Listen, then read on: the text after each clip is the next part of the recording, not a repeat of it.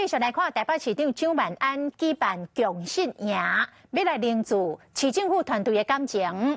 也毋过团主讲，市府有人员私底下来怨叹，讲蒋万安拄着代志，拢无要决定参市政会议，嘛爱副市长李四川代替裁事。伊感叹讲，蒋万安就亲像是囡仔咧耍大车。民进党的议员嘛站一卡，警惕讲市民所选的是蒋万安，唔是李四川哦。台北市政府的发言人是朴文章来回击，讲这就是有心人士调故意买人狗相加。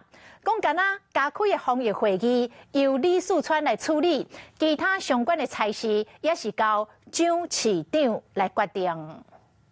穿浅色写字的台北市长蒋万安主持市府共识营，想要诱我府内气氛。我未达到团结目标，却互惹了讲市府内部有人咧嫌，因为蒋万安拄到代志未做决断，和市政会议拢由副市长李四川代替裁事。看是否人说你都依赖李四川没有执行能力。谢谢。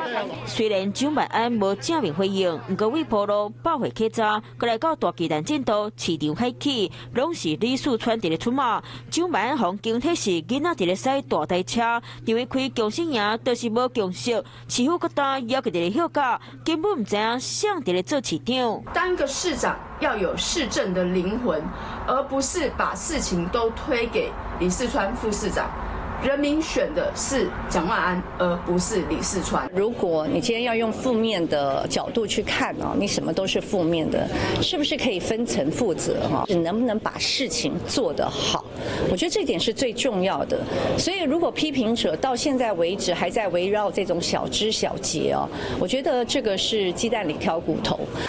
面对外界质疑，市府除了被回，刚有加开防疫会议由李四川处理，村的差事也是交予蒋万安做。慢慢讲，这完全是有心人士挑工使人。那蒋万安陪台变个案例，这位行当作是加了市长。